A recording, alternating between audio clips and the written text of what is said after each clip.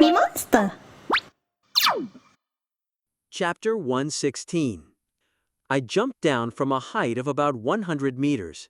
The air pressure pressed against my body, but before I realized it, my feet were already on the ground. Even with my weak body, I didn't feel much pain. However, my smartwatch told me the cold truth. That fall cost me 15% of the stats I gained through energy conversion. It felt like a waste, but I pushed the thought aside and quickly ran to Chain Ayun. Chain Ayun was sitting on the asphalt clutching her stomach. Even though she'd been hit by such a powerful blast of magic power without chi reinforcement, her injuries didn't seem too serious. Queek! Or so I thought. Almost as if to prove me wrong, she coughed up a mouthful of blood. Chain Ayun then staggered and collapsed to the ground. Hey, wake up! Breathing heavily, Chain Ayun looked up at me blankly. I took out a potion from my belt bag and poured the red liquid into her mouth. Drink it. Chain Ayun managed to swallow the potion, but potions were painful both applied externally and internally. She twisted in pain before fainting. However, her pulse was normal and steady, and her breathing soon returned to normal. In about 20 minutes, she should be fully recovered. I pulled Chain Ayun away and hid her in some nearby shrubbery. Then I quickly ran back and looked at Kim Soo-ho and Jin Saw-hyuk. Try running to that girl. I'll kill you both. Why did you change so much? Change? First, don't talk to me so casually. We might be in a new world, but that doesn't change our past relationship. Kim Soo-ho and Jin Saw-hyuk began talking about their past. Nobles, peasants, knights, continent, sword technique, words only they could understand echoed between them. It looked like a fight would break out once they finished. Sequel, roll! Soon, Jin Saw-hyuk unleashed her magic power with a thunderous roar. Her magic power condensed into dozens of spears and rose into the air. The weapons flashed with a cold light as they targeted Kim Soo-ho. Against these terrifying spears, he had only a steel pipe he found on the ground. Do you need to do this? What reason is there for us to fight? What are you talking about? Anyway, is that steel pipe going to be enough?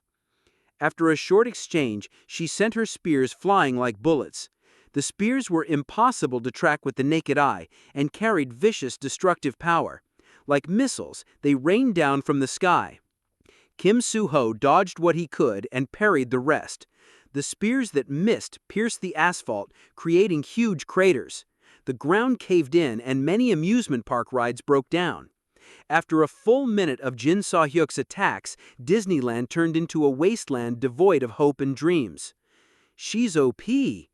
Jin Saw-hyuk destroyed her surroundings just with her magic power without moving a single step. To make matters worse, Kim Soo-ho didn't have Mistelstein with him. As Kim Soo-ho's antithesis, Jin Saw-hyuk didn't use weapons. Her strength came from her overwhelming steel-colored magic power. Kim Soo-ho was incapable of defeating Jin Saw-hyuk.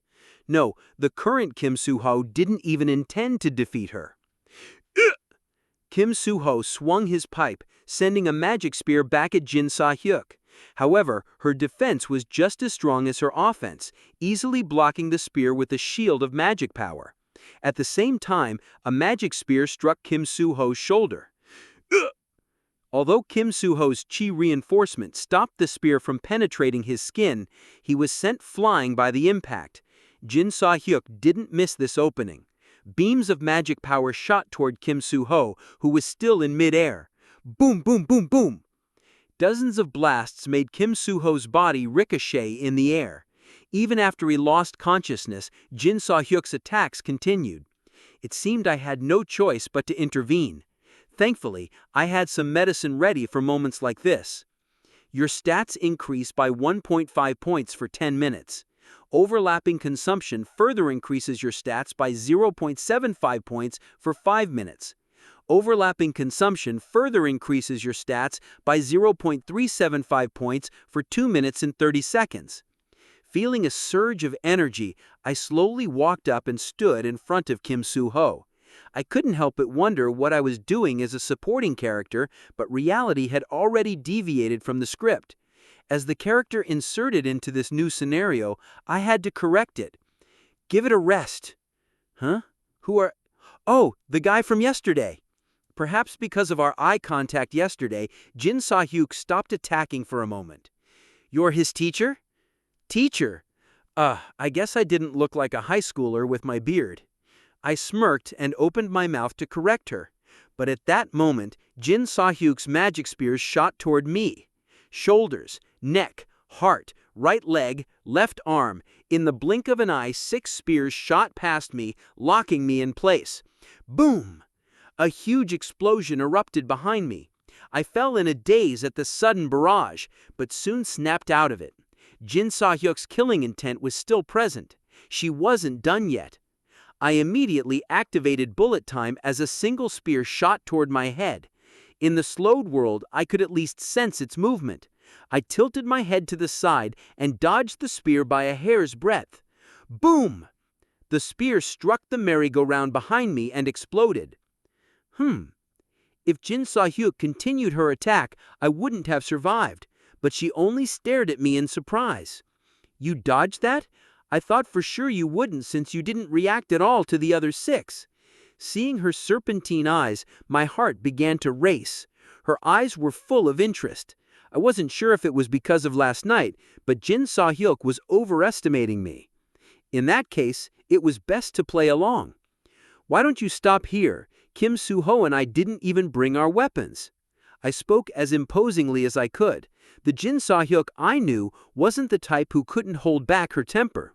Since she beat up Kim Soo-ho, she should be content. And why don't you answer my question? Are you his teacher? Teacher? I guess I didn't look like a high schooler with my beard. I smirked and opened my mouth to correct her, but at that moment, Jin Sa-hyuk's magic spears shot toward me. Shoulders, neck, heart, right leg, left arm. In the blink of an eye, 6 spears shot past me, locking me in place. Boom! A huge explosion erupted behind me. I fell in a daze at the sudden barrage, but soon snapped out of it. Jin Sa-hyuk's killing intent was still present.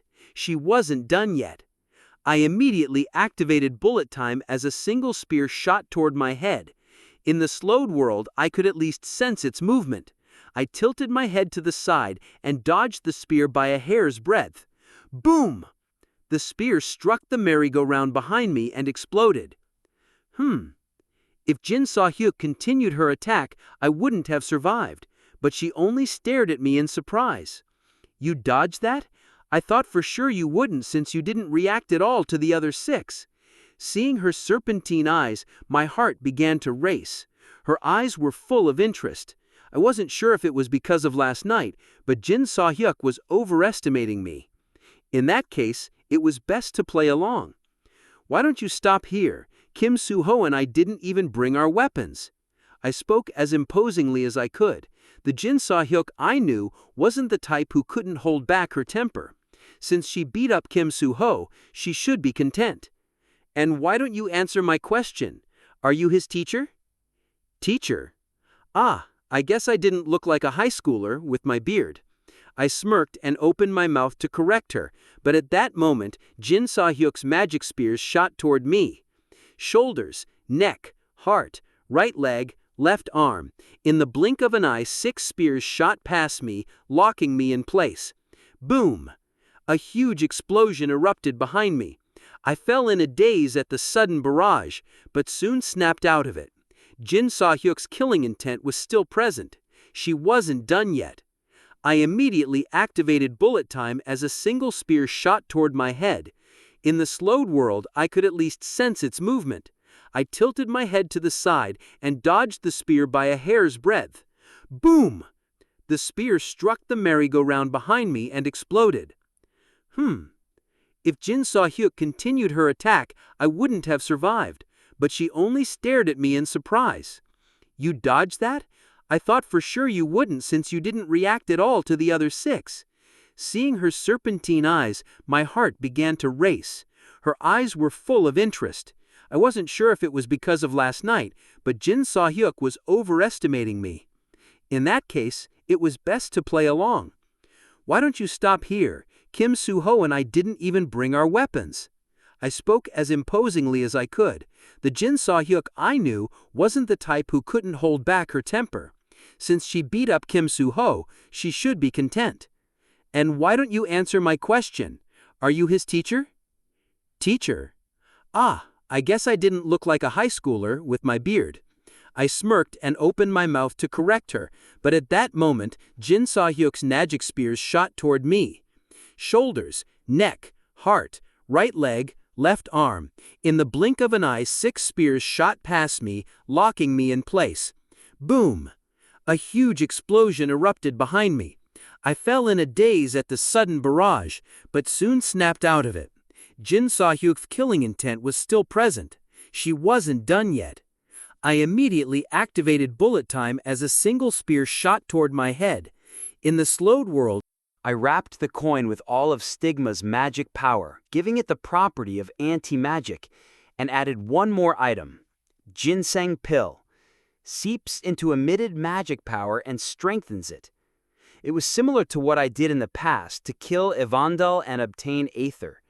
I melted the ginseng pill into the anti-magic magic power enveloping the coin. Then I glared at Jin Soo-hyuk. She watched me with eyes full of anticipation. While she showed no signs of defending, the anti-magic magic power began to emit a bright blue light after infusing with the ginseng pill. Oh, that's quite an interesting... Huh! Without hesitation, I mustered all my power into my right arm. The muscles on my arm puffed up as I squeezed out every drop of Stigma's magic power and threw the coin. Phew! The coin shot toward Jin Soo-hyuk, spinning fiercely. Stigma's magic power enhanced the coin's power many times over. Jin Soo-hyuk watched the coin's movement at ease and created a magic power shield. Anyone could see there was something unique about her magic power. The clearness and toughness of her shield proved it. But no matter how strong her magic power was, it was still magic power. Using its centrifugal and rotational force, the anti-magic coin drilled a hole in Jin Soo-hyuk's shield, continued through, and struck the area between her eyebrows. What? The coin pushed her back fiercely. Jin Soo-hyuk kept her eyes open as she withstood the force, her feet plowing through the asphalt. Damn! The coin eventually stopped, but Jin Soo-hyuk didn't even show signs of fainting. Cling! The coin fell to the ground. At the same time, 2 streams of blood flowed down from her forehead. That hurt! Jin Soo-hyuk condensed her magic power while giving me a deathly glare. However, my coin had succeeded in damaging her brain. The brain was vital for wielding magic power. As a result, she couldn't condense her magic power as she wanted, and it kept breaking down. This looked like a golden opportunity. However, I only looked at her without moving. I couldn't even move a finger. Along with Stigma's magic power, I had squeezed out every stat boost from energy conversion. I was at a loss for what to do. But at that moment, a man appeared like a savior. That's enough. Get back. It was the mysterious man who was with Jin Soo-hyuk last night. Seemingly appearing out of nowhere, he grabbed Jin Soo-hyuk's arm and pulled her back.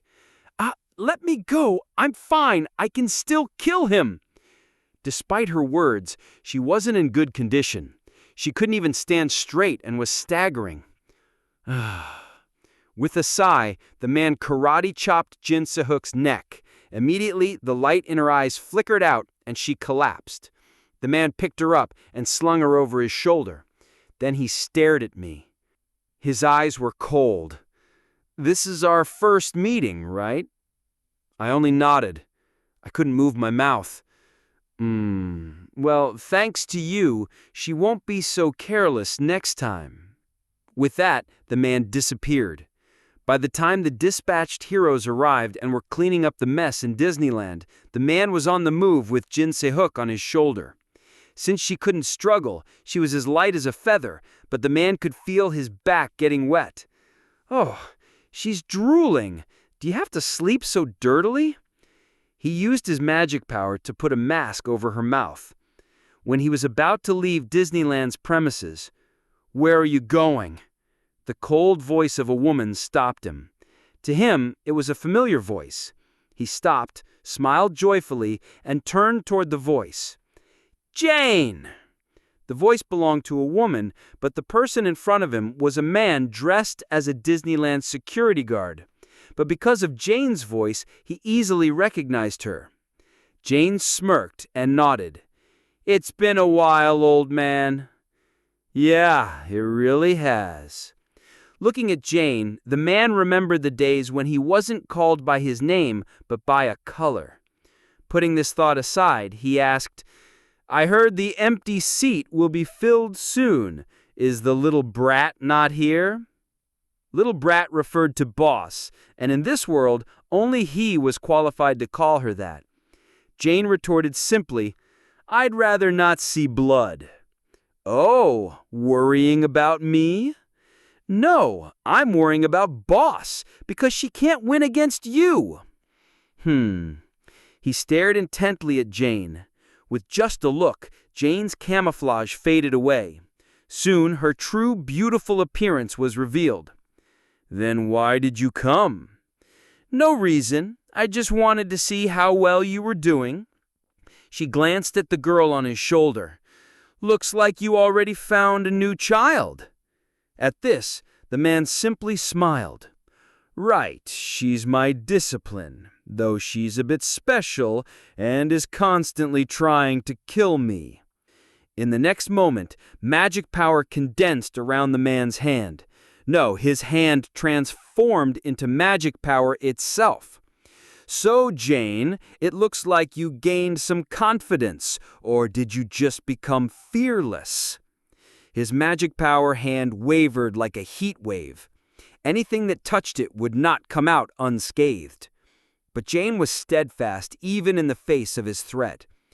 "Remember what you said, that people who have something to protect can't act as they wish?"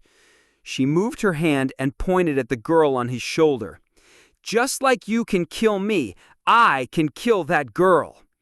"I guess you're right." The man smiled lightly. At the same time, the undulating magic power surrounding him disappeared as if it never existed. "Then I'll take my leave now. It was good to see you." He walked past Jane under the faint moonlight. Glancing at his back, she continued what she came to say. "Are you fine just leaving like this?" Jane's voice rang out behind him. "The new black discovered by boss, a wolf hired solely to kill you." He continued to walk without replying. Just like how Fenrir adored Odin alive, boss gave Kim Hajin the name hoping to reproduce the old myth. "Fenrir is right there." Only then did the man stop. On his face, hidden from Jane's view, was a thick smile. "I wish him the best of luck." He remembered what he saw before. Although Jin Se-hook's carelessness played a huge role, the boy had suppressed his discipline with only a single special coin. "It looks like..." He turned around, revealing the smile on his face. "He has the potential." His easygoing attitude was as though he really wanted to be killed.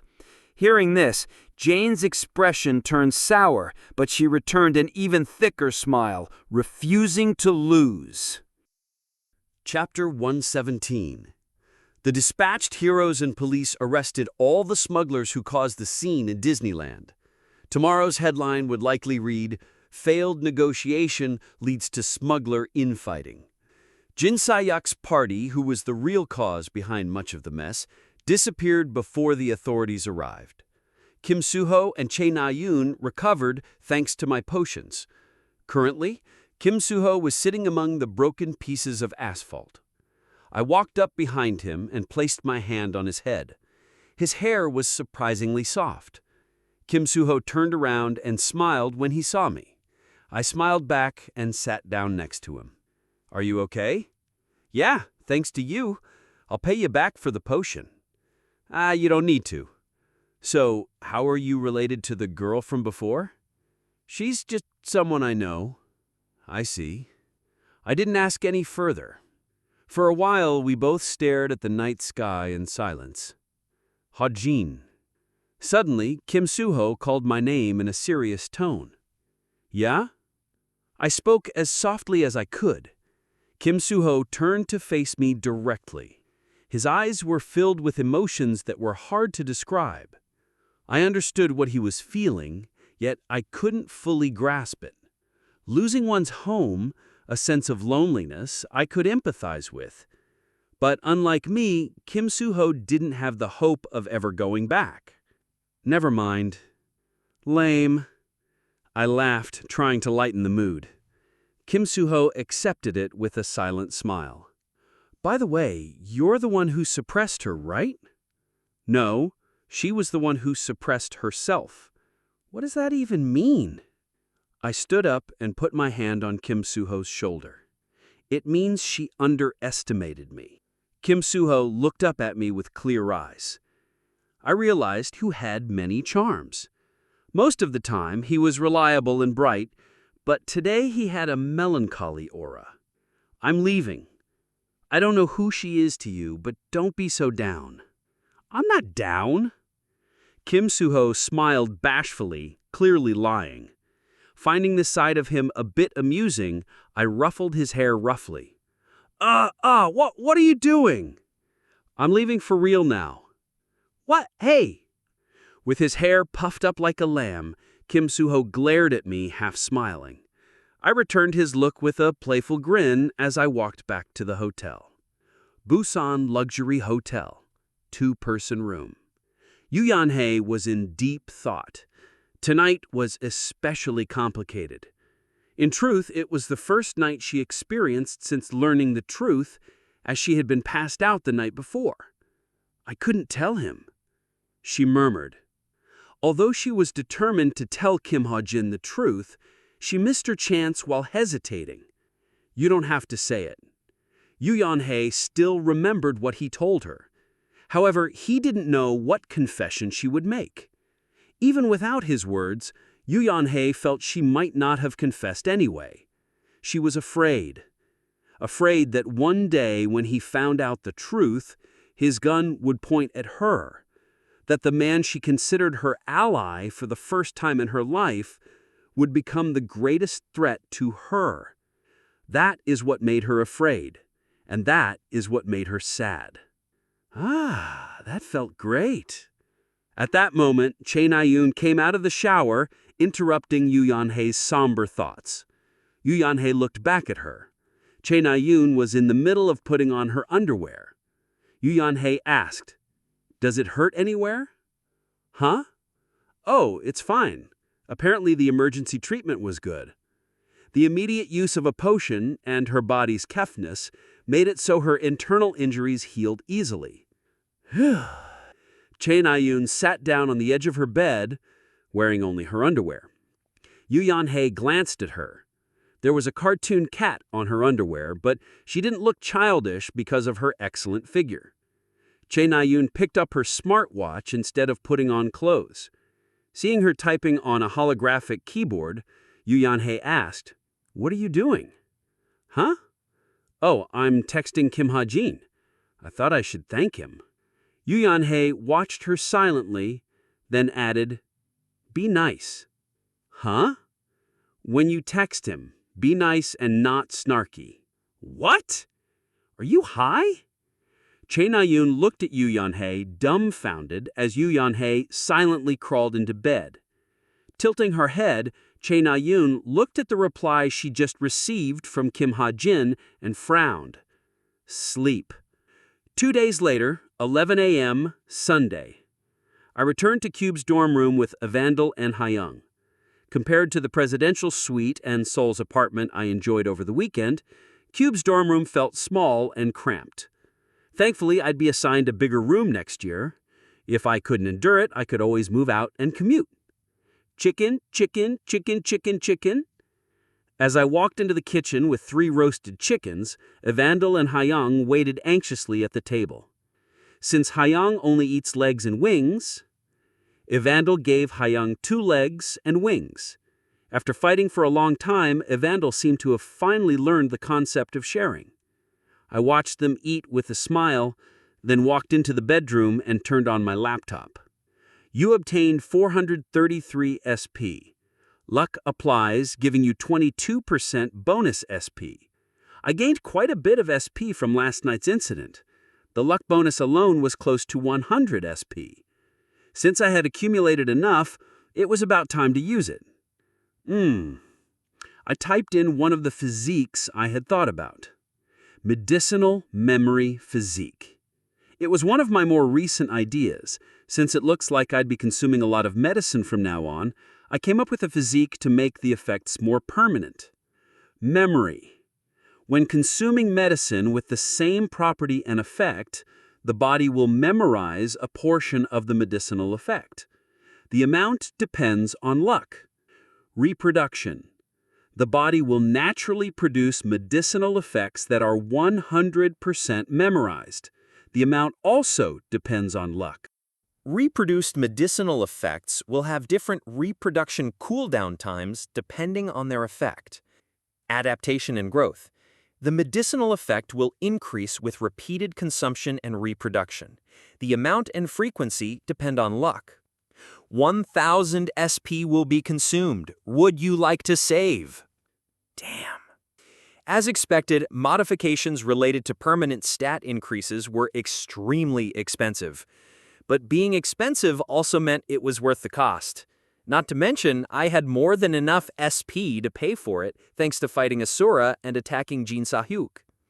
The setting has been changed. Luck applies, improving medicinal memory physique's overall functionality. Next, I tried eating a ginseng pill.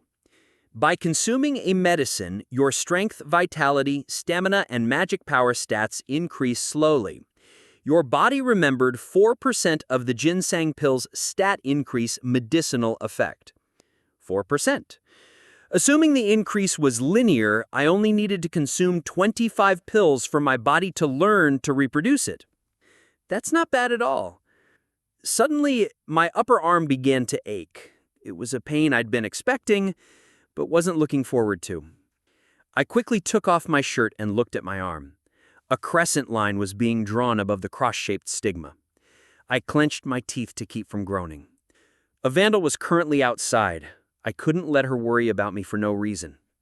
Under the burning sensation that was impossible to get used to, my consciousness began to fade.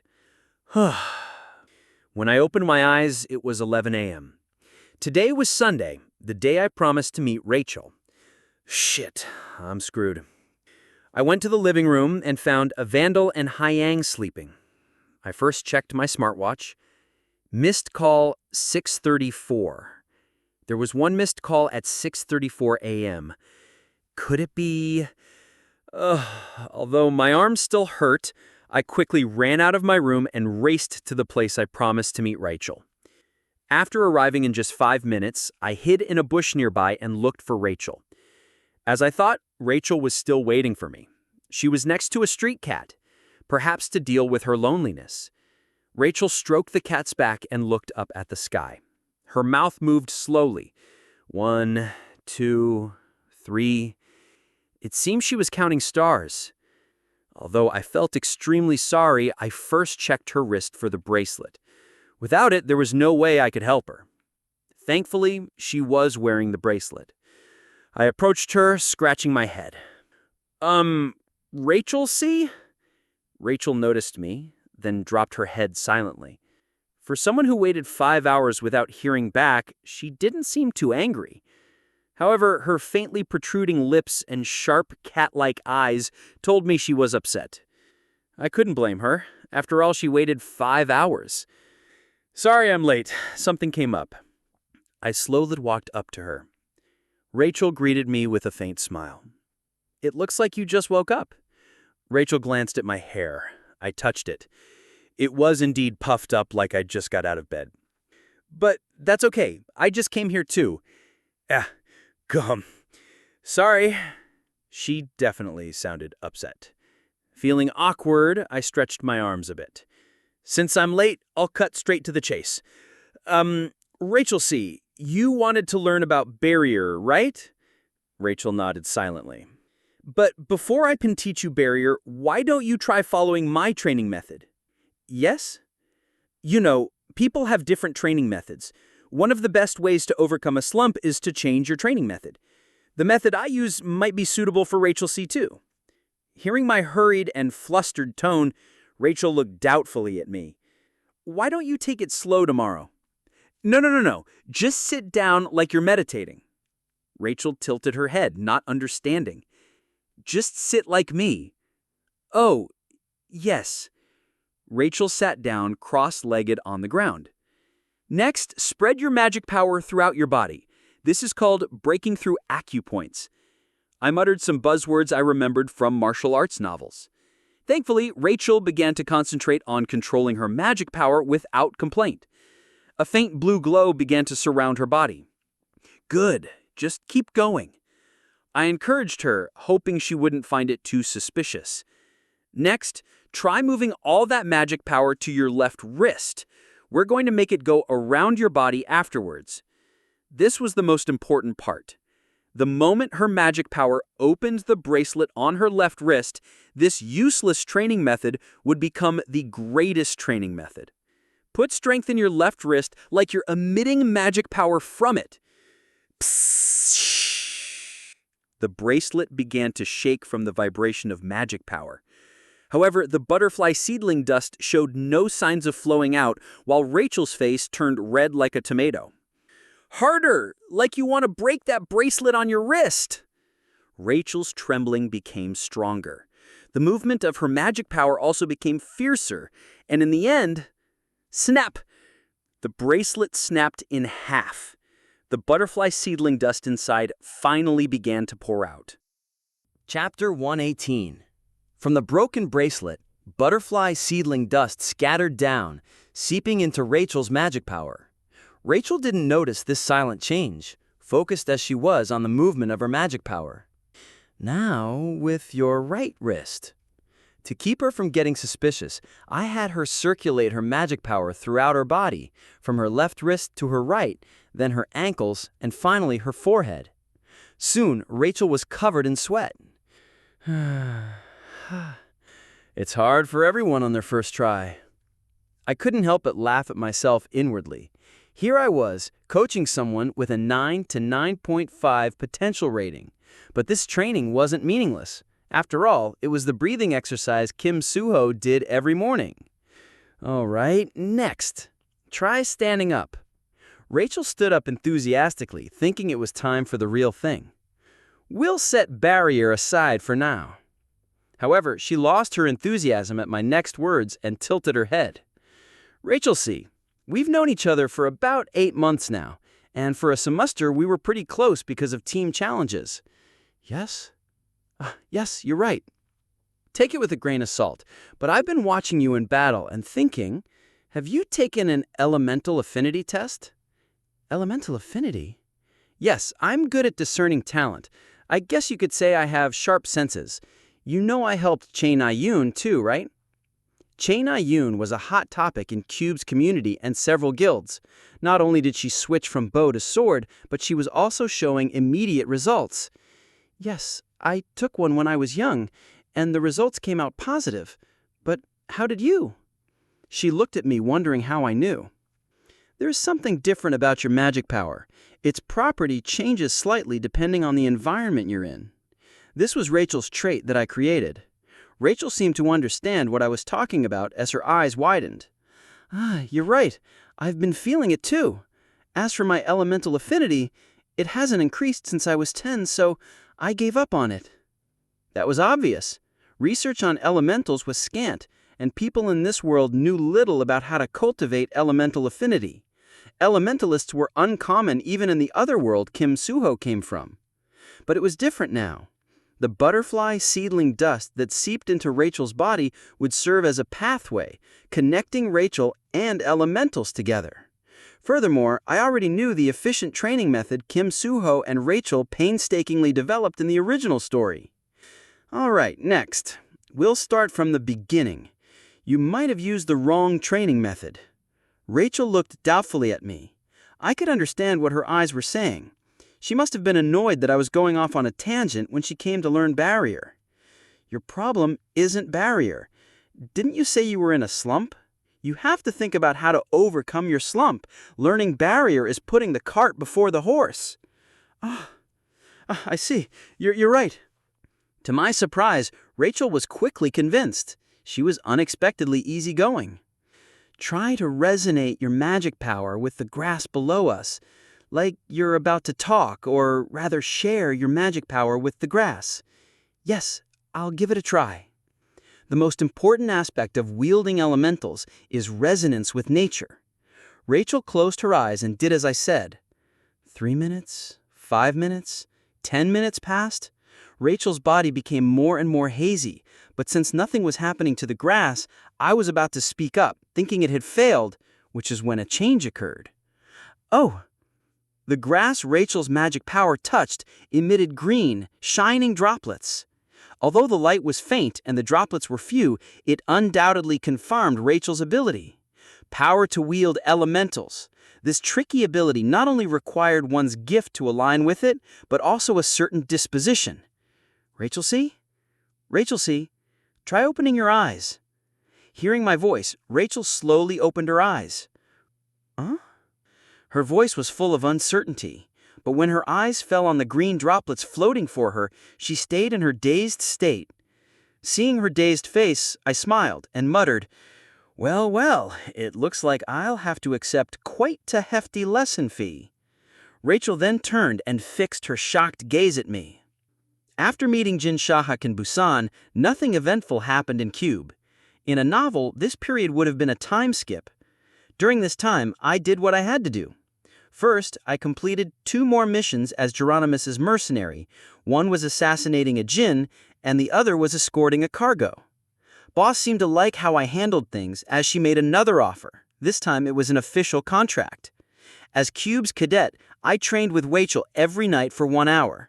This was beneficial for both of us. Ever since the day I awakened her talent in elementals, she treated my words as gospel and trained her elemental affinity accordingly.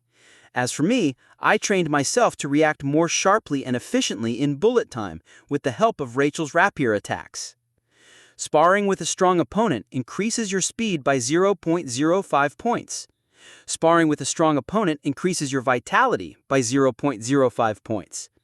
Sparring with a strong opponent increases your stamina by 0.05 points. As a result, I saw a natural stat increase for the first time in a while. Time flew by and November 22nd came around. A year had already passed since I was thrown into this world. In 2 weeks, a new year would begin. This will be covered on the exam, so make sure you know it. Currently, I was in the middle of Phenomenon Reanalyzation 2. Even though it was only 2 in the afternoon, the sky outside was dark because of abnormal climate. It was especially chilly as well. However, cadets were no different than usual. They shortened their sleep to study for the upcoming exams and train their bodies. As soon as class ended, half would go to the library and the other half would go to the fitness center. As for me, I was completely ignoring the class content and staring at my laptop screen. 24 hours passed since medicine consumption. All stats increased by 0.005 points. You memorized painkiller's medicinal effect. Completely memorized medicinal effects. 1. Painkiller. Increased pain resistance for 30 minutes. Reproduction cooldown time, 6 hours. 2. Detox. Cures toxin below intermediate rank. Reproduction cooldown time, 6 hours. 3. Instant amplification. Increases your strength, stamina, speed, perception, and vitality by 2 points for 10 minutes. Reproduction cooldown time, 12 hours. Strength, 3.405 plus 1.070. Stamina, 3.435 plus 1.980. Speed, 5.140 plus 2.685. Perception, 5.655 plus 2.620. Vitality, 3.405 plus 1.070. My body memorized several medicinal properties and effects. The above three were 100% memorized, allowing me to reap their effects whenever I wanted, without side effects. This will be covered on the exam, so make sure you know it. Suddenly, the professor's closing statement rang out. I packed my stuff and got up to leave. Today, I had to leave Cube for an appointment. Hey, Kim Hajin. When I turned around, I heard an unfamiliar nasally sound. I furrowed my brows and turned to see Chae Na-yoon standing in front of me, her nose red. Why is your nose red? I caught a cold. Her nasally voice reminded me of a TV program I watched. In it, a child asked a hero whether heroes could catch colds. The answer was yes. Though it would only last a day at most, heroes could still catch a cold. It was proof that they trained hard. When magic power instantly left one's body, a huge change in internal temperature would occur, leaving them vulnerable to light sickness like the common cold. Aren't you working too hard lately? You've been training at the fitness center until 3. You're only going to hurt your body if you overwork yourself. What? Are you worrying about me? Chae Na-yoon's brows danced up and down. I shook my head. Never mind. So what do you need today? Teach me this. Chae Na-yoon handed me the homework the Phenomenon Realm Analysis professor just gave out. Since she was clearly asking me to do it for her, I just solved the whole thing. Yay! Thank you! Seeing the solutions I wrote in her notebook, Chae Na-yoon smiled brightly and put her notebook away. Oh right, Kim Hajin, I'm going to be in Master's camp for winter break. Master? Yeah, UC Hyuk.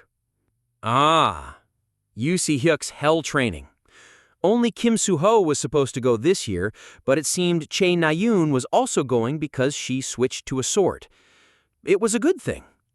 That's great, I said with a smile. UC Hyuk's camp lasted from December to early February. In other words, Chae Na-yoon would be away from Seoul for 3 months. I couldn't be more glad. Good luck, and try your best. I stopped here and tried to walk past Chae Na-yoon. Hey, by the way! But Chae Na-yoon grabbed onto my sleeve. Pulling on it here and there, she continued. Let's go on a trip with the other guys before that. Once I go to the camp, I won't be having much fun for the rest of my winter break.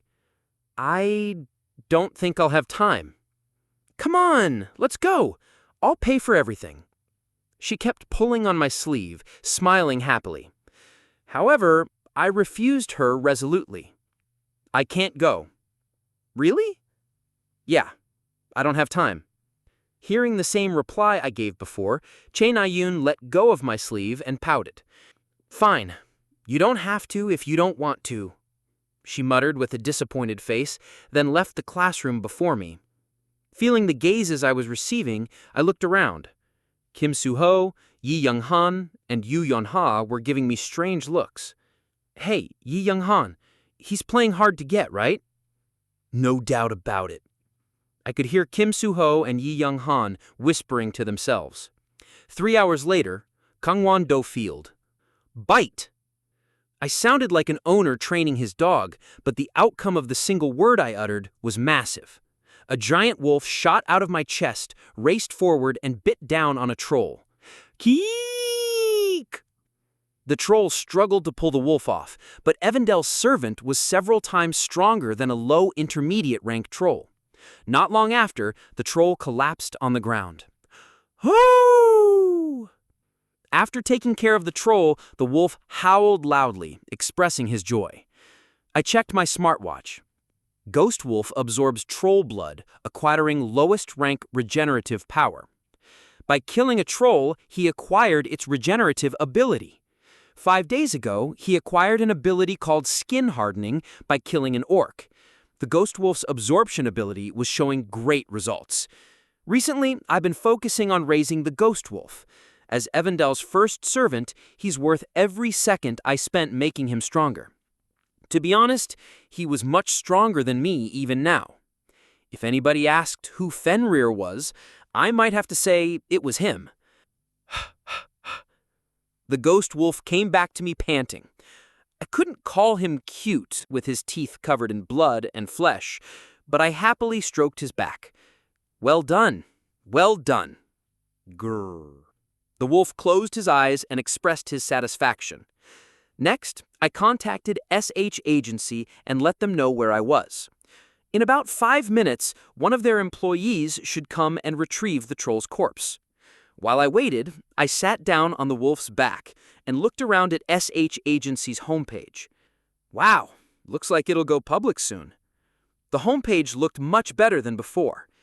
Not only were there 23 contracted hunters, but there was even a contracted hero named Jin Jang-ho. Park Soo-hyuk's business was expanding quicker than I thought. Thinking about how close I was to its owner and how I owned 4% of this future giant stock, I couldn't help but smile. While I was being satisfied with myself, I received a message. Where are you? The sender was Yu Yon-ha. I'll go to you. Where are you? No, I'll go. I'm in Gangwon-do Field. Then wait just 30 minutes. Today, Yu Yon-ha asked to meet with me. She most likely succeeded in refining Mistletane's leaf and was going to bring me the bullets. After letting the wolf hunt for the next 30 minutes, I went out to the field's entrance when Yu Yon-ha messaged me that she had arrived. At the field's entrance, I saw Yu Yon-ha waiting for me. When she saw me, she waved her hand. I approached her and asked, "Is it about the leaf?" Yes. Our research showed just how extraordinary it was. We could hardly believe that a single leaf had the same amount of magic power as an artifact. Sadly, we couldn't figure out its origin. It must have been difficult to grind and refine it. Taking opportunity cost into account, it should have been close to 100 million won. You know how difficult it was to do that. Yu Yon-ha nodded as she handed me a suitcase. I took it without hesitation. 5 bullets. We had enough left over to make 3/10 of a bullet, but we used it for research like you suggested. Thanks. Yu Yon-ha bit her lips in response to my thoughtless praise. Don't thank me. Then what? You want me to sue you or something? No, I'm just sorry. Anyway, was it really okay to use such a precious leaf to make handgun bullets? Yeah, I told you these are just for looking. All 5 bullets were made for my Desert Eagle handgun. Since I could modify their size with setting intervention, it didn't matter much. Please, I'm not that gullible. Those bullets even have medicinal effects in them. I can hardly believe you won't actually use them. Really? You could have given me the medicine later when things are going well. It's going well. Yu Yon-ha interrupted me. We already set up our potion brewing chain with cultivated ginseng, and although they're only novices, we have 3 ginseng diggers contracted. Yu Yon-ha smiled as she said that. However, her smile lacked sincerity and looked more like a smile to hide sadness. Well, that's good. Are there any other problems? I put my hand in my pocket and grabbed an envelope. It was a list containing the names of traitors related to the Yu Yon-ha scandal and the misdeeds they committed. It cost me 150 SP to obtain all this through hacking. I tried to give it to her, but Yu Yon-ha cut me off. No, there's none. None? Did the Yu Yon-ha scandal not happen yet? I let go of the envelope in my hand. I have things to do, so I'll be leaving now. If you need anything else, feel free to ask me whenever. I'll do my best to meet your need. She couldn't be more reliable. It was convenient to have the future Queen of Seoul as my ally. Oh, I'm about to head out too. Do you want to grab lunch together? No, like I said, I have things to do. Seeing Yu Yon-ha turning around coldly, I said just 3 words. Sundae gook or hamburger? Yu Yon-ha flinched momentarily, then leered at me strangely. I keep telling you I don't like those things. Grumbling, she quickly disappeared into a limousine, which drove off immediately. I didn't doubt that its destination was McDonald's or a Sundae gook restaurant. After watching her leave, I opened the suitcase. Click. 5 bullets were lined up on luxurious velvet. I could see my reflection on the bullet's sleek surface. I was expressionless. Refined Mistletoe bullet, partial divine grade, null attribute, .44 Magnum Platinum Bullet with highly pure magic power and compressed mistletoe. It seems to contain a portion of God-slaying powers. Attack power, 9/10. Attack power of 9. This was undoubtedly enough. I closed the suitcase. Its black surface was incapable of reflecting light, and I couldn't tell what kind of face I was making. But the important thing was that the preparation was finished. Now, it was time to make the request. Chapter 119. Last Friday night, I sent Boss a message. I said that I wanted to negotiate. Boss was silent for a week until she messaged me today. The content of the message was a coordinate pointing to an intermediate-ranked danger zone on the outskirts of Gyeonggi-do. She was clearly telling me to come. Huh? When I arrived, I saw an abandoned house standing alone in the middle of a dense forest. It was a stone house that often appeared in scary movies, with stone bricks faded in color, covered in moss and vines, and darkness shining through the broken window. I went inside. Hello? The moment I spoke, something large dropped down from the ceiling. Evandel's ghost wolf shot out of my chest in response, and I opened my eyes to grasp the situation. A bat? Flying nightmare. A giant bat was being crushed by Fenrir. Wait, I was Fenrir. Krrr. Krrr. Grrr. The giant bat struggled as hard as it could under the ghost wolf, but its neck was quickly bitten and twisted like a stringless puppet. The flying nightmare should be an intermediate-rank grade 6 monster, but it was helpless against the ghost wolf. I guess I'll leave close-range combat to him. I could just shoot from long range, and the wolf could take care of anything that neared me. It was the perfect combination. Geek!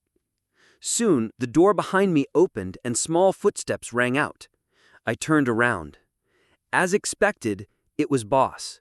She looked back and forth between the dead bat and the wolf and asked, "Is it your pet?" Yes. Yes, something like that. It's cute. First, take a seat. Boss pointed at a table which was the only furniture in the house. I sat down in front of it, with the wolf lying next to me. I asked Boss, "Did you leave the bat here on purpose?" "No, many monsters live around here. It must have come in on its own. Anyways, I heard you wanted to negotiate?" "Yes." "Let's hear it. What condition didn't you like?" Boss took out the contract once again. An official mercenary contract. It was a good offer with a salary, which mercenaries rarely received. But what I wanted couldn't be written down on a contract, nor was it allowed to. I liked the conditions. Then what? "There's one request I'd like to make." Boss tilted her head with a puzzled look. With a thin smile, I told her what must be done. "I need you to help me kill someone." Silence descended. I couldn't even hear Boss's breathing. I did my research, and the result was conclusive. It was impossible for me to kill Chae Jin-yun alone. Dahyun Hospital's VIP ward couldn't be underestimated. Each room was a fortress that could withstand a full-powered attack from high-intermediate rank heroes, and Chae Jin-yun's room even had 3 powerful mercenaries protecting it in shifts. The situation was still better than when he was first hospitalized, when even a high-intermediate rank hero was guarding him. Regardless, I had no way of penetrating their defense. And if I somehow managed to do so, my identity would certainly be discovered. The Chae clan could easily make use of Yoo Jin-hyuk. There was simply no way I could avoid his gift. As selfish as it may be, I still wanted to stay together with the few comrades I've come to rely on. "You want to kill someone?" "Yes." With a stiff expression, I gave Boss an envelope. Boss stared at the envelope for a moment, then grabbed it with a light sigh. Her small hand entered my sight. She opened the envelope. Pictures of Chae Jin-yun and information about him fell down. Immediately, Boss's expressionless face changed. With widened eyes, Boss looked at me and asked, "Is there a specific reason?" I nodded. "What is it?" For the sake of world peace." Although what I said was the truth, Boss made a sullen face. I couldn't do anything about it, since it wasn't that I had a personal grudge against him. Boss was silent for a while. It was undoubtedly because Che Jin-yun was a difficult target for even her. The Che clan, to be exact. I'll be the one to kill him, you just have to create the opportunity. I didn't plan on asking her to kill him, she probably wouldn't agree in the first place. Seeing her completely silent, I added a secret word. Boss. For this day I purposely avoided calling her boss. Immediately, Boss's eyebrows twitched. She was trying to keep her imposing manner, but I could see the corner of her lips curling slightly. On the other hand, the past family, excluding Kim Hajin, was meeting in a coffee shop. Although the purpose was to study for the final exams that would start in a week, Yu Yan-hei was the only one actually studying. Even Kim Soo-ho was busy texting on his smartwatch. Che Na-yoon stared at Kim Soo-ho suspiciously.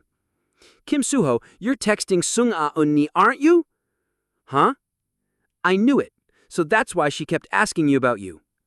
Kim Soo-ho flinched. We're just talking normally. Yu Yan-hei cut in and said, Isn't that strange? A cadet having personal conversations with a guild-wide vice leader? And she's currently the most popular hero too. Eh? No, it's not like that. Taken aback, Kim Soo-ho began to ramble. Luckily, for him, the subject of the conversation quickly changed. Yi Young-han mischievously teased Che Na-yoon, who was sitting in a daze. Why are you so quiet?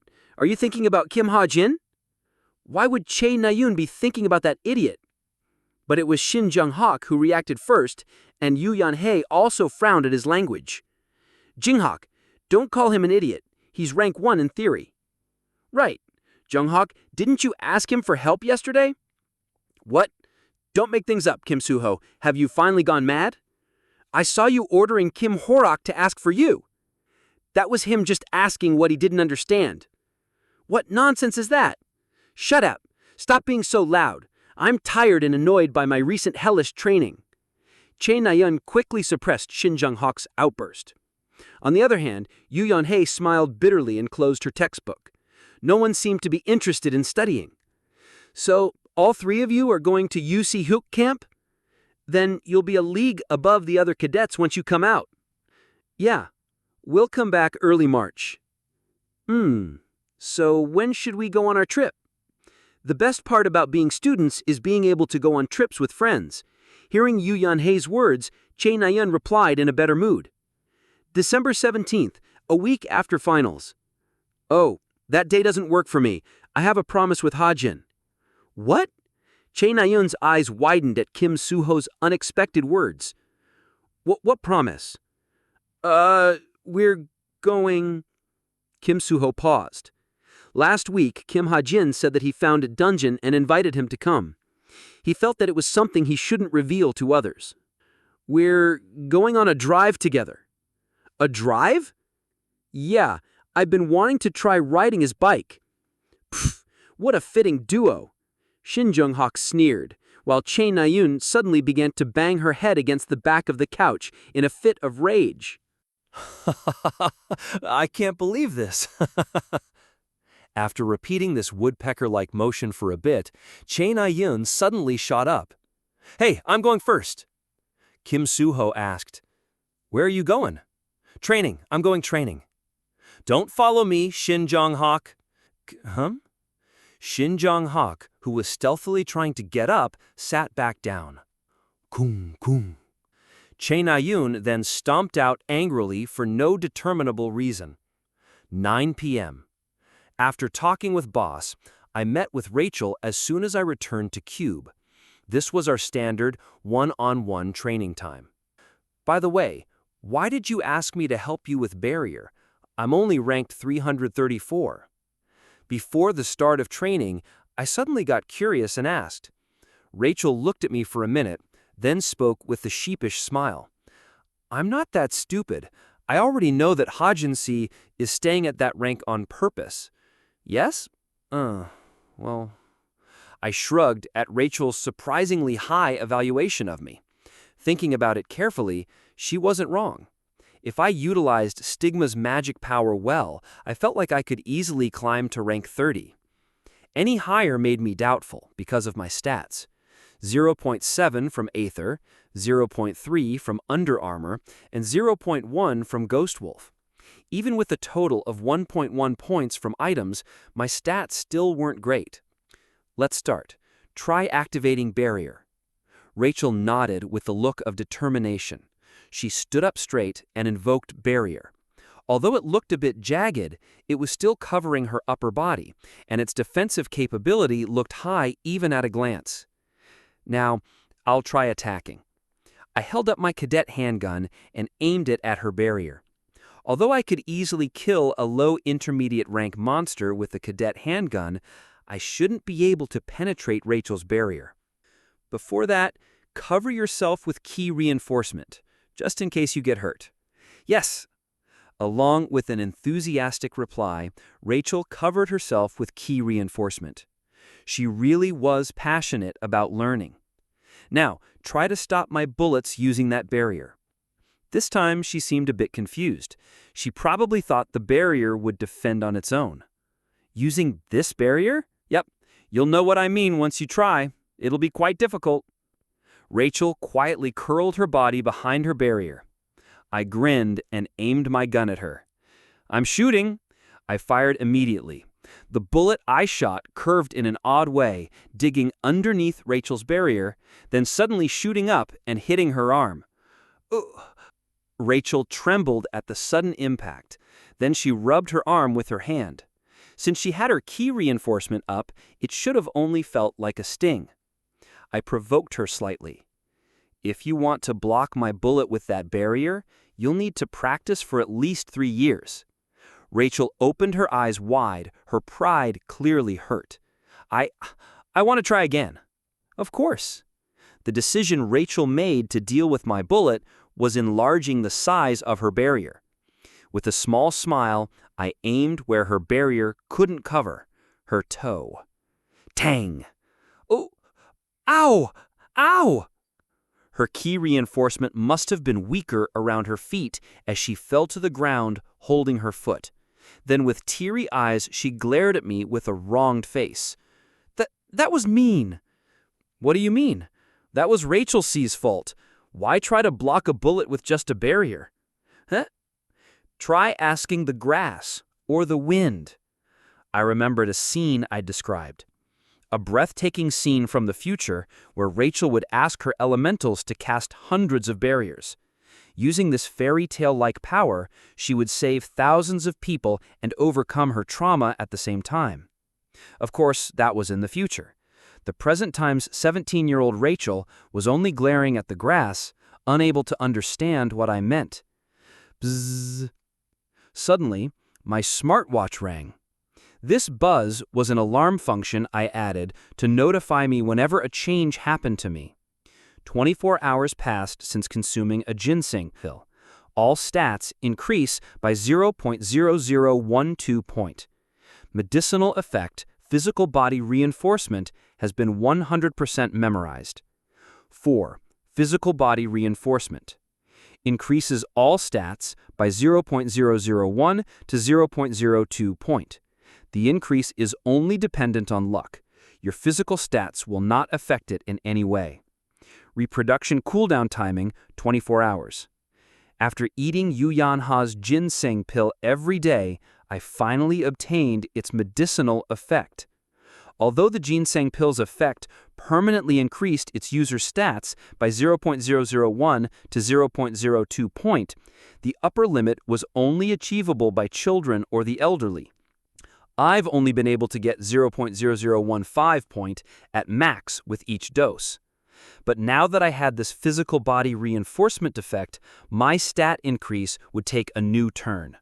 Assuming I only gained 0.0018 points per day, a year would give me 0.657 points, and 10 years would give me 6.57 points. After nodding in satisfaction, I held up my gun once more. All right, let's go. It was then, psst, psst, I could hear the rustling of leaves behind me. Who was it? I quickly turned around, but the person who was watching us seemed to have run away. However, my 1,000-mile eyes could easily see through the forest and find the person running away. Huh? The familiar silhouette with brown hair. It was Chae Na-yoon. Time flew by like a river, and the hellish finals began for CUBE's cadets. But just like always, I breezed through the written exams. What most cadets were concerned about were the combat exams. Listen up. For the final exam, everyone will start from an equal position. Today was December 8th. All first-year cadets were gathered in Gyeonggi-do for the final exam. The final exam will be tower climbing. Today's exam was tower climbing, but I didn't know much about it since I skipped writing about most of CUBE's exams after the first semester. I suddenly regretted it. This tower's entrance is a magic-engineered device that's similar to a portal. Once you go inside, you'll be sent to a random predetermined location, so don't be alarmed. After the instructor's explanation, cadets began to enter the tower one by one. When it was my turn, I went in with my eyes closed. Sensations similar to a portal enveloped me, and in the next moment, I could clearly feel that I was transported to another space. Even when I opened my eyes, all I saw was darkness. I looked around using my 1,000-mile eyes. Although there was darkness all around, my extraordinary eyes could see everything as though it was day. I was in a small white room with only a small pathway to my right. Finding my way out of this room seemed to be my first goal. I focused my vision and tried to see through the walls. But as expected for a tower, something seemed to be hindering my gift as I couldn't see that far away. My eyes hurt. I felt like I could peer through the walls if I added Stigma's magic power, but I decided to save it since I didn't know what would happen later on. Soon, the lights came on, signaling that the exam had begun. At the same time, glowing sentences appeared on the white walls. 3 commandments. Cooperate with white to climb. Be wary of traps. Have faith. I'll be damned if Lancaster or other djinns don't come out. I was all too familiar with how things were panning out. Although djinns wouldn't dare to act too openly with so many watchful eyes on CUBE, about 30% of CUBE was already taken over by djinns.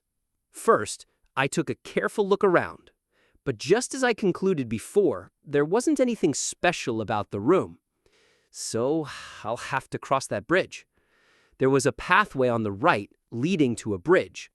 It looked too much like a trap, with the left and right sides of the bridge being completely empty. But I had no choice. I walked down the sole pathway and arrived at the bridge. While I was going over the bridge, one careful step at a time, shriek! An arrow came flying in with a fierce shockwave. No, there wasn't just one arrow. One from the front and one from the left and right. However, all 3 arrows lost their speed 3 steps in front of my head. Compared to Rachel's rapier, these arrows were like turtles. Under bullet time, which I was now all too familiar with, I grabbed the 2 arrows flying in from the sides, then dodged the one from the front by lightly tilting my head. Then I chucked the arrows forward, destroying the crossbow that fired the arrow. Ha! I killed one of the first traps with ease. However, doosh! The sound of a door opening rang out. What? And the bridge I was standing on dropped down. Chapter 120. Kung! I landed on the ground with a rough thud. Thanks to Aether covering my back, I wasn't hurt. I quickly got up and looked around. I was in an empty, cave-like complex. The only thing of note was the rocks scattered on the ground. The tower I know isn't like this. In truth, there was only one tower I had carefully designed, the Tower of Wish, the largest tower in history, in a league of its own compared to the others. That place would be called an alternate world, and it was where I would go in the future. In fact, I had to go. What am I supposed to do now? Whoa! While I was looking around, a scream rang out from above as someone else fell to the ground. A familiar face and body. Che Na-yoon. Was it a coincidence? Or were foolish people more likely to fall for the trap? Though that would mean I was foolish too. How? Che Na-yoon rubbed her back, then widened her eyes when she saw me. Well, well, well, if it isn't Kimsey. She narrowed her eyes and said something strange. Is your head hurt? I reached out my hand. Che Na-yoon hesitated for a moment, but soon grabbed it and got up. She dusted off her clothes and asked, "Where are we?" How would I know? Rather, how did you fall down? Well, a crossbow shot an arrow at me. When I destroyed it, the floor suddenly collapsed. Crossbow. Ah, come to think of it, the color of that crossbow was white. One of the commandments was cooperate with white. But how are we supposed to cooperate with a crossbow that tried to kill us? Wait a minute. I widened my eyes and looked forward. My 1,000-mile eyes quickly expanded my vision. About a kilometer past the empty cave, I saw a group of dwarves at work. They were standing in front of a stone door, diligently pulling on a rope connected to it. I found the way. Follow me. I gestured to Che Na-yoon and walked forward. She looked at me, a bit grumpy, but followed. Where are we going? There are NPCs up ahead. NPCs? Tower NPCs, beings created by the tower's magic power, able to live only inside the tower, officially called tower residents, but people preferred the gaming term NPC. There are even NPCs in this tower? I don't see why not. Even an artificial tower like this was still a mystical space. We jogged together. After about 5 minutes, we could see the dwarf NPCs. Wow, your eyes really are amazing. Just say freakish. It wasn't like her to use more polite language. What do you mean? I'm always like this. Che Na-yoon dodged my gaze, flipping her hair. Ignoring her, I observed the NPCs. They all wore the same green clothes, but that was the only thing special about them. Ah, who is it? As we got closer, one of the NPCs noticed us, and the others turned as well. They must be here to help us. Oh, venerable giants! Please open this door for us. The dwarves ran up and pleaded. What do we do? Hold on. One of the commandments was have faith. I didn't know exactly what that meant, but I couldn't be careful. What are your names? I'm 1. I'm 7. I'm 12. Never mind then. I counted the dwarves. 1, 2, 3, 7. I couldn't tell if I was supposed to trust them. Is there anyone else? We have other brothers. How many? 100. Fine, I'll help you. I looked at Che Na-yoon, signaling it was her turn. She grabbed the rope hanging from the stone door. I just have to pull on this? Yes, but it'll be difficult to open alone. You hear that? With no choice, I grabbed the rope too. On the count of 3, we pulled, and the stone door opened. Easily. The problem was what was inside. As soon as the door opened, a giant praying mantis jumped out.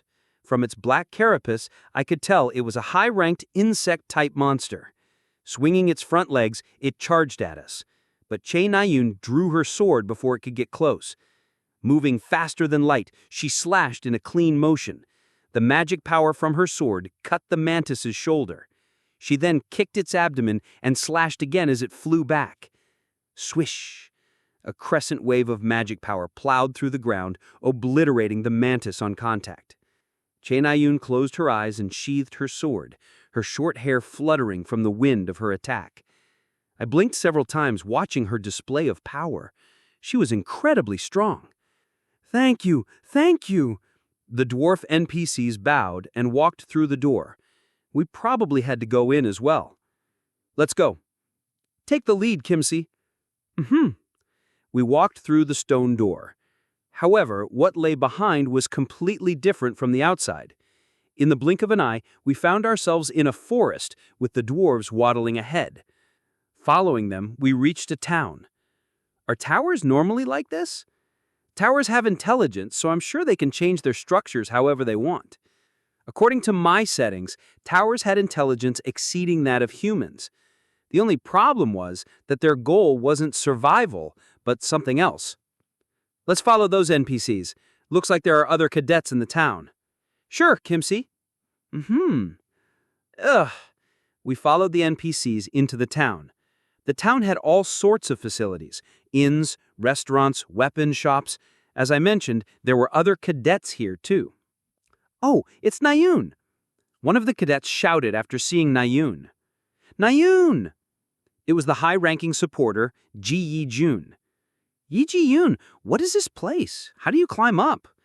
Hearing Che Nayun's barrage of questions, Yi-ji-yun pointed at the notice board in front of the community hall. Take a look at that first. I began to read the notice board. Che Nayun joined me, standing right beside me. Stage, Dwarfen Town. Dwarves are being terrorized by enemies and are seeking outside help. If you'd like to join the war effort, please leave your thumbprint here. You will be awarded 25 points for every enemy invasion you stop. You require 100 points to get to the next stage. You will be given bonus points based on your contribution. Once we finished reading, Yi Ji-yun spoke. Hurry up and sign up. It's the only way you can get points. We promptly left our thumbprints on the notice board. It was then. Enemies! A dwarf on the watchtower shouted at the top of his lungs. I turned in the direction he pointed. Goblin warriors in front, goblin archers in the middle, and goblin magicians in the back. About 300 goblins were marching forward. Hey, gather up! Adapting quickly, Che Nayun shouted. Soon, all the cadets in the town gathered around her. There were 27 in total, 17 warriors, 8 supporters, and 2 sharpshooters, including me. After calling everyone over, Che Nayun seemed at a loss for words. I nudged her shoulder. Everyone's here, Che Nayun. What should we do? Who cares? They're just goblins. Just fight. A brief silence. Then I'll snipe the goblin magicians. Huh? Oh, sure. I looked around. Sharpshooters wanted to fight from high ground. Although the town had a watchtower, I wanted somewhere higher. Thankfully, there was a tall, 40-meter tree nearby. I ran to the tree and, using parkour, jumped up and sat on a large branch.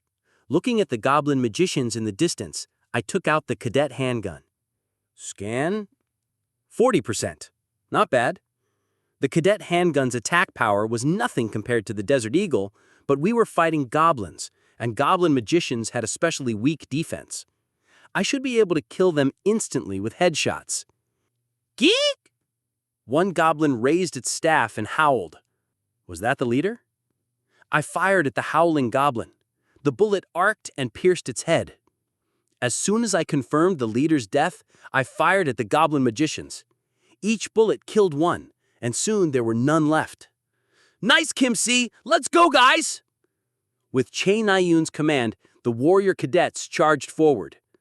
Once the easy fight ended, the sun set, making the place feel even more realistic.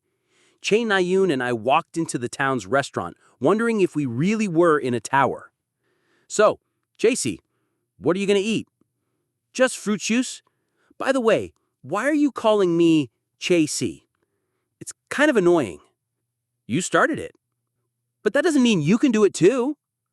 I had no clue what she meant, so I ignored her. I looked around the restaurant, then turned back to Che Nayun. She was admiring the sunset with a joyful smile. I let out a bitter sigh with a heavy heart. Then I called her name. Hey, Che Nayun. She turned to me. Huh? What's up, Kimsey? I'm just wondering. It's probably the same for everyone else. Huh, don't lie. I know you were the first one at the hospital. Yenha told me. I stared at Che Nayun. To be honest, I wanted to ask. I wanted to ask how she would feel if someone killed Che Jinyun. But that was a question that shouldn't be asked, so long as you were human. By the way, Kimsey. Seeing me just staring, Che Nayun changed the subject, wriggling her fingers. Was it, last week? She stuttered, looking down. What were you, doing with Rachel at night? Was she calling me Kimsey because she was sulking about that? Well, it was true that Rachel and Che Nayun were rivals. I replied shortly. Training. Oh, why are you training so late? Grumbling, she stuck out her lips. But I was more curious about Che Jinyun's condition. Also, I was curious about Boss's decision. Would Boss help me? Also, I heard you're going on a drive with Kim Suho. Che Nayun sure had a lot to say. I like motorcycles more than Kim Suho. No, Let's go on a trip. I'll pay for all the expenses. No, I can't. Why? Just tell me why you don't have time. I'll fit my schedule to yours. Seeing her throw a tantrum, I just laughed silently. 2 nights passed since the start of the final exam. The first day was spent killing goblins. The second day killing trolls and yetis. Over these 2 days, there were 3 attacks on the dwarven town. We blocked them all and obtained 75 points. Apparently, bonus points would be given after all 4 invasions were blocked. Wow, I guess they saved the best for last. Today was the 3rd day. As expected, a monster on the level of a middle boss appeared. Walk! It's the Black Ogre! The dwarf on the watchtower ran away screaming. Black Ogre. Seeing the mountain-sized ogre, a few cadets turned pale. For real? This has to be a prank, right? I watched the Black Ogre carefully. Even the weakest Black Ogre was an intermediate rank grade 3 monster. Its endurance was especially strong. In other words, it was the perfect target to test my strength. Now that I had 3 streaks of stigma, I could add quite a bit of power to my attacks. I tapped Che Nayun, who was looking up at the giant ogre. Let's do it like usual. All support from the back so you guys can kill it.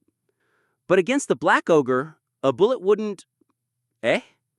You're using a bow? Che Nayun tilted her head seeing the bow in my hand. I bought one from Cube just in case. The cadet handgun was too weak. And I also wanted to raise my rank to around 100. And who knows, maybe that ogre was sent by Jinns. You're going to use magic arrows? Yeah, I can't keep using a gun forever. All right, I'm going ahead.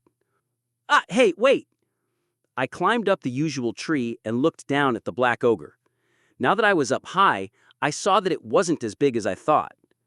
Glaring at it calmly, I pulled the bowstring. Then I imagined the arrow that would sit on the string. It couldn't be a normal arrow. The tip had to be jagged for more power, and the arrow perfectly balanced like a spear. I should be able to use it as a weapon itself. Drawing in the surrounding air, Stigma's magic power gathered around the bowstring. Repeating compression and condensation, Stigma's magic power formed the image of an arrow, exactly as I imagined. The attribute I infused was light.